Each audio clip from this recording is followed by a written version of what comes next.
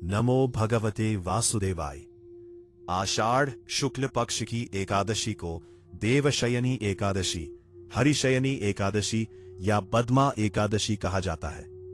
इसी दिन से भगवान श्री हरि विष्णु क्षीर सागर में योग निद्रा में चले जाते हैं और अगले 4 महीनों तक अर्थात देवउठनी एकादशी तक योग निद्रा में रहते हैं। इस अवधि को चातुर्मास कहा जाता है। क्या आपने कभी सोचा है कि भगवान विष्णु पूरे 4 महीने के लिए योग निद्रा में क्यों चले जाते हैं? आखिर ऐसा क्या हुआ था कि स्वयं जगत के पालनहार को विश्राम करना पड़ा? और क्यों कहा जाता है कि देवशयनी एकादशी का व्रत करने से वर्षों पुराने दुख, दरिद्रता और बाधाएं भी दूर हो जाती है? आज मैं आपको देवशयनी एकादशी की ऐसी पौराणिक कथा सुनाने जा रहा हूं जिसे सुनने मात्र से भगवान श्रीहरि की कृपा प्राप्त होती है। इसीलिए इस कथा को अंत तक अवश्य सुनिए, क्योंकि इसका अंतिम संदेश हर भक्त के जीवन को बदल सकता है।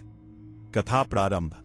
बहुत समय पहले सूर्यवंश में राजा मानधाता नाम के एक महान, धर्मप्रिय और न्यायप्रिय राजा राज्य करते थे। उनका राज्य इतना समृद्ध था कि लोग उसे धरती का स्वर्ग कहते थे। हर खेत लहलहाता था, नदियां निर्मल जल से भरी रहती थी, मंदिरों में प्रतिदिन भगवान का नाम गूंजता था। किसी को भूख नहीं थी, किसी को भय नहीं था। प्रजा अपने राजा को पिता के समान मानती थी। राजा मानधाता स्वयं प्रतिदिन भगवान विष्णु की पूजा करते, यज्ञ कराते, दान देते और धर्म की रक्षा करते थे। लेकिन समय हमेशा एक जैसा नहीं रहता। संकट की शुरुआत। 1 वर्ष बीता, वर्षा नहीं हुई।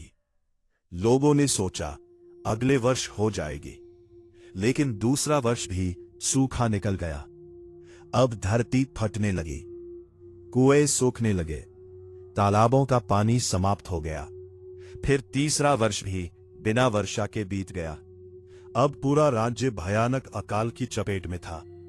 खेत बंजर हो चुके थे, पशु पक्षी तड़प तड़प कर मर रहे थे, छोटे छोटे बच्चे भूख से रो रहे थे, माताओं की आंखों में आंसू थे। एक दिन हजारों लोग राजा के दरबार में पहुंचे। कंपती आवाज में उन्होंने कहा, महाराज, हम भूखे हैं, हमारे बच्चे भूखे हैं। यदि शीघ्र कोई उपाय नहीं हुआ तो पूरा राज्य समाप्त हो जाएगा। यह सुनकर राजा मानधाता का हृदय टूट गया। राजा की चिंता। उस रात राजा को नींद नहीं आई। वे बार बार सोचते रहे, मैंने कभी अधर्म नहीं किया, कभी किसी निर्दोष को कष्ट नहीं दिया, फिर भगवान ने मेरी प्रजा को इतना बड़ा दुख क्यों दिया? अगली सुबह उन्होंने राजसी वस्त्र त्याग दिए और अकेले ही जंगल की ओर निकल पड़े। उन्हें विश्वास था कि किसी महान ऋषि के पास अवश्य समाधान होगा। महर्षि अंगिरा से भेंट। कई दिनों की यात्रा के बाद राजा एक शांत आश्रम पहुंचे। वहां महान तपस्वी महर्षि अंगिरा कठोर तपस्या में लीन थे। राजा ने उनके चरणों में प्रणाम किया और विनम्रता से कहा, मेरी प्रजा भूख से मर रही है। 3 वर्षों से वर्षा नहीं हुई, कृपया इस संकट का कारण बताइए। महर्षि ने अपनी दिव्य दृष्टि से संपूर्ण राज्य को देखा। कुछ देर बाद उन्होंने कहा, राजन, प्रकृति का संतुलन बिगड़ गया है। उन्होंने आगे बताया कि राज्य में धर्म व्यवस्था का उल्लंघन होने से यह संकट उत्पन्न हुआ है। कुछ प्राचीन कथाओं में उल्लेख मिलता है कि उस समय एक व्यक्ति अपने वर्ण से भिन्न कठोर तप कर रहा था, जिसके कारण यह असंतुलन उत्पन्न हुआ। महर्षि ने कहा, यदि चाहो तो उसे दंड देकर संकट दूर कर सकते हो। राजा कुछ क्षण मौन रहे, फिर बोले, गुरुदेव, किसी निर्दोष का वध करके यदि मेरा राज्य भी बच जाए तो ऐसा राज्य मुझे स्वीकार नहीं। कृपया ऐसा उपाय बताइए जिसमें किसी का अहित न हो। महर्षि अंगिरा मुस्कुरा उठे। उन्हें समझ आ गया कि यही कारण है कि यह राजा भगवान का प्रिय है। देवशयनी एकादशी का उपाय। महर्षि बोले, राजन, आषाढ़ शुक्ल पक्ष की देवशयनी एकादशी आने वाली है। उस दिन स्वयं व्रत करना, भगवान विष्णु की पूजा करना, तुलसी अर्पित करना, रात्रि भर भगवान का भजन करना और अपने पूरे राज्य से भी यही करवाना। यदि यह व्रत श्रद्धा से किया गया तो भगवान स्वयं प्रसन्न होकर तुम्हारे राज्य की रक्षा करेंगे। राजा ने हाथ जोड़कर प्रणाम किया और तुरंत महल लौट आए। पूरे राज्य में व्रत। राजा ने घोषणा करवाई, इस बार देवशयनी एकादशी केवल मेरा व्रत नहीं होगा, यह पूरे राज्य का व्रत होगा। एकादशी का दिन आया। सुबह सुबह सभी लोगों ने स्नान किया। घरों और मंदिरों में भगवान विष्णु और माता लक्ष्मी की पूजा हुई। श्रीहरि को पीले वस्त्र, पुष्प, फल और तुलसी दल अर्पित किए गए। हर ओर केवल एक ही मंत्र गूंज रहा था, ओम नमो भगवते वासुदेवाय। दिन भर उपवास रखा गया। रात्रि में दीप जलाए गए। भजन कीर्तन हुआ। बच्चे, वृद्ध, महिलाएं, संत सभी भगवान के नाम में लीन हो गए। ऐसा लग रहा था मानो पूरा राज्य स्वयं वैकुंठ बन गया हो। भगवान की कृपा भोर होने ही वाली थी। अचानक आकाश में काले बादल छा गए। तेज हवाएं चलने लगी।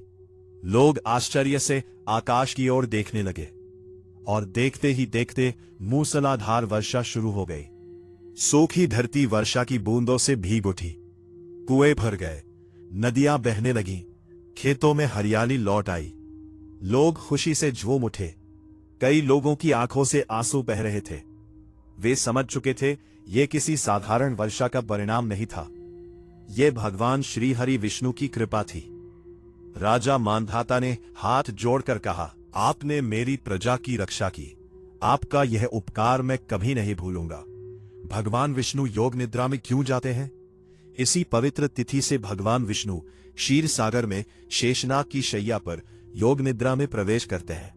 यह सामान्य नींद नहीं होती। योग निद्रा का अर्थ है सृष्टि का संचालन करते हुए दिव्य समाधि में स्थित होना। इसी दिन से चातुर्मास आरंभ होता है। इन 4 महीनों में जप, तप, दान, व्रत, कथा श्रवण और भगवान का स्मरण अत्यंत शुभ माना जाता है। और कार्तिक शुक्ल देवउठनी एकादशी के दिन भगवान योग निद्रा से जागते हैं। समापन। देवशयनी एकादशी की यह कथा केवल एक पौराणिक घटना नहीं है, यह हमें सिखाती है कि जब मनुष्य संकट में भी धर्म, दया और ईश्वर पर विश्वास नहीं छोड़ता, तब भगवान स्वयं उसकी सहायता के लिए आते हैं।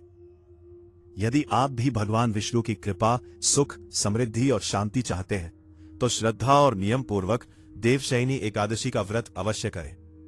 अगर आपको यह कथा पसंद आई हो तो वीडियो को लाइक करें, अपने परिवार और मित्रों के साथ साझा करें और भगवान विष्णु का आशीर्वाद पाने के लिए कमेंट में अवश्य लिखें, ओम नमो भगवते वासुदेवाय। जय श्री हरि विष्णु।